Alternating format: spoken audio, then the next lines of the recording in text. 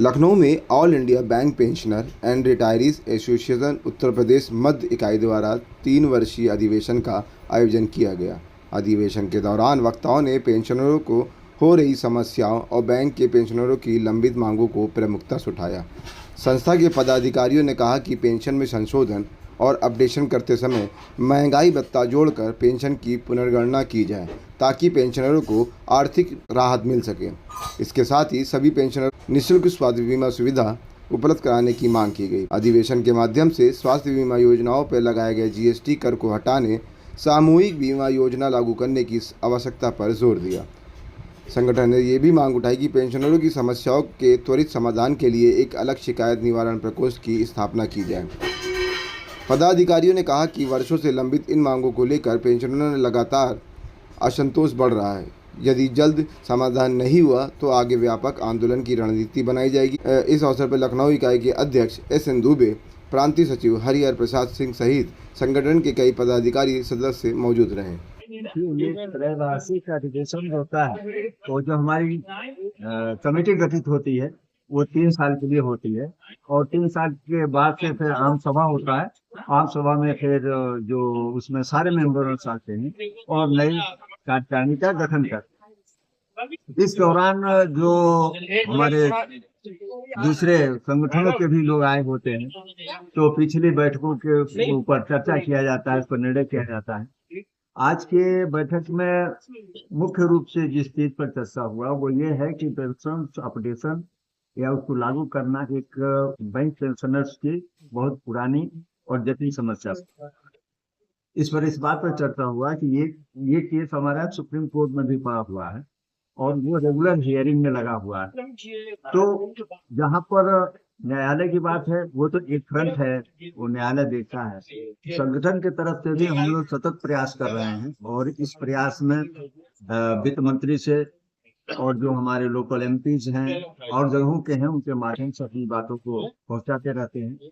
Parliament में भी हमारी आवाज उठाई जाती है, जो जनप्रतिनिधि हैं उनके माध्यम से भी।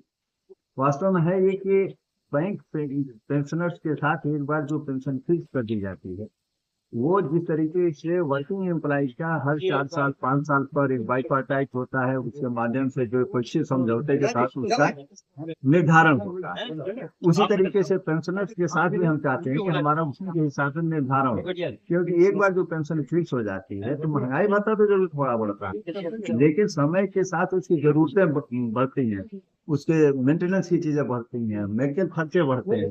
तो बड़ी स्थिति इस तरह की हो गई है कि आज ये कहा जाता है कि इस समय जो एक चतुर्थ वर्ग का कर्मचारी रिटायर्ड होता है उसकी पेंशन, और आज से 10 साल 15 साल 20 साल पहले एक जनरल मैनेजर होता है, ये उनकी पेंशन से भी कम हो रही है। तो इन समस्याओं को लेकर के हम लोग जो एक डेमोक्रेटिक फॉर्म ऑफ एजिटेशन है उसके माध्यम से लगातार कार्यरत है और उसी के सिलसिले में हम जो विभिन्न तरह के जो प्रिंट मीडिया है, इलेक्ट्रॉनिक मीडिया है, उसके माध्यम से भी अपनी बातों को पहुंचाते रहते हैं। अपना नाम बता दीजिए। मैं हरिहर प्रसाद सिंह और यहाँ का स्टेट प्रेसिडेंट हूँ, ऑल इंडिया का मैं वर्किंग प्रेसिडेंट हूँ और जो सारे बैंकों का एक समूह है उसका मैं deputy general secretary. Arvind Kumar Dikshit, अध्यक्ष AIB पारा,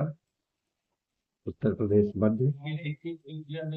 ये पेंशन की मूल समस्या है, इसके साथ साथ लगी हुई हम रिटायर्ड लोगों की और कई समस्याएं हैं।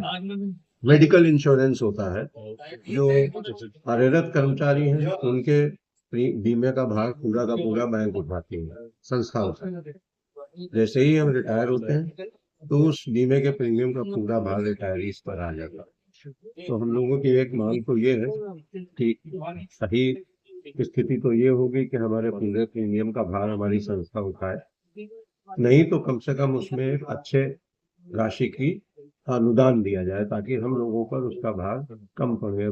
4 लाख का 5 लाख का बीमा कराने के लिए 50,000 रुपए 60,000 रुपए लगते हैं, जो हम लोगों की 1 महीने 1.5 महीने की पेंशन में पैसा सारा उसी में चला है। इसके अलावा चूंकि हमारी पेंशन कम है तो जो डियरनेस अलाउंस हमको मिलता है वो भी उसी कम पेंशन पर मिलता है। अगर पेंशन रिवाइज हो जाए तो डियरनेस अलाउंस भी उसी हिसाब से बढ़ जाए।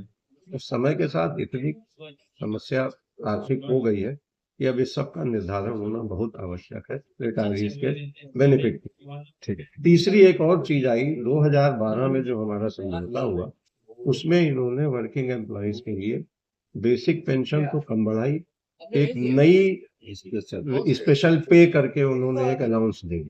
तो जब तक आदमी सेवा में रहता है तब तक उस स्पेशल पे पे सारे लाभ मिलते रहते हैं, लेकिन जब हम रिटायर होते हैं तो उस स्पेशल पे को हमारी बेसिक पेंशन फिक्स करने के लिए शामिल नहीं किया जाता। मतलब अगर वो बेसिक पे में बढ़ोतरी हुई होती तो हमारे बेसिक पे में शामिल होता, हमारा उसी हिसाब से पेंशन का बेसिक पेंशन अच्छी बनती, लेकिन उसको अलग कर दिया जाता है। नतीजा ये होता है कि डबल नुकसान हो रहा है, एक तो रिवाइज नहीं हो रहा है और जो है भी उसमें भी एक हिस्सा अलग रख दिया जा रहा है और उस पर हमको कोई बेनिफिट नहीं मिल रहा है। तो ये सारे हमारे मांगे हैं जो हर एक स्तर पर, हर एक फोरम पर हम लोग ले रहे हैं, टेकअप कर रहे हैं, वित्त मंत्रालय के माध्यम से, IBA के माध्यम से और आप लोगों के माध्यम से भी अपनी बात सरकार तक पहुंचाने के लिए कोशिश कर रहे हैं। सैद्धांतिक रूप से सब मानते हैं कि ये होना चाहिए, सरकार भी मानती है कि हाँ ये जेन्युइन है। जैसे अभी रक्षा कर्मियों के लिए OROP की इस सरकार ने किया, 20 साल से उसकी डिमांड चल रही थी जो 2014 में आने के बाद मोदी जी के, तो हम भी ये उम्मीद करते हैं कि हम लोगों की ये डिमांड 30 साल से चल रही है, 95 से पेंशन लागू हुई है, तब से अब तक अपडेशन नहीं। ठीक है। तो अब शायद हर फोरम से अपनी बात पहुंचाएं तो वो हमारी बात सरकार तक पहुंचे और इसका कुछ हल मिले। साथ साथ हम लोग कानूनी लड़ाई भी लड़ रहे हैं, दोनों स्तर पर हम प्रयास करें। Thank you sir.